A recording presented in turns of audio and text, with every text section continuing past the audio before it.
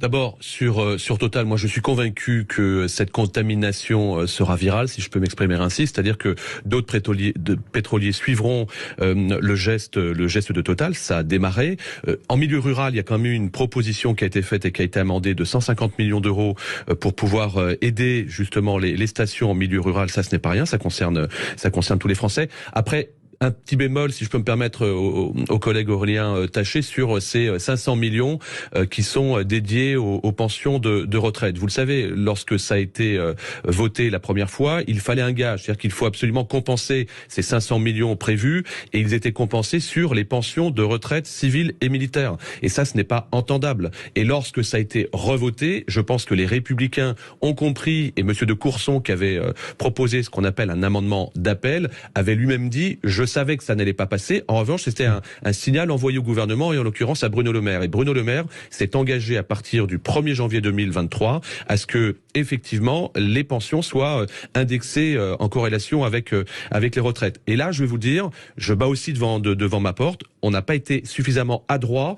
en matière de communication, nous autres majorité présidentielle, parce que sur le terrain, la caricature, c'est de dire on ne veut pas entendre parler des retraites au niveau du gouvernement. C'est totalement faux. En revanche, les oppositions ont été irresponsables de laisser croire que tout cela se passait comme une lettre à la poste et que peu importe que ce soit gagé, en l'occurrence sur les pensions des retraites et militaires. Revenons un petit peu sur ces débats, sur le pouvoir d'achat. Il le disait, Aurélien Taché, c'est factuel pour le coup.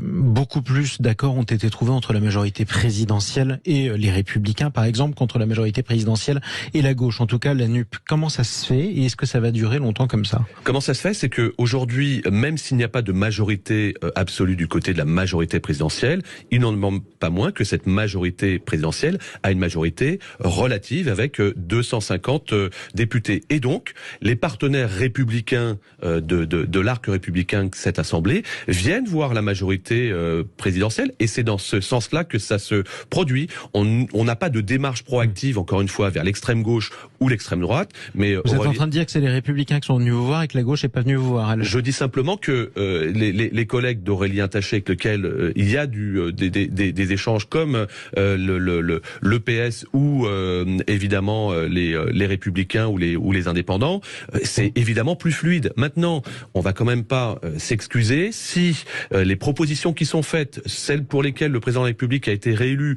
sont votées par l'extrême gauche ou l'extrême droite. On va pas crier au scandale, c'est ce qu'ont souhaité les Français.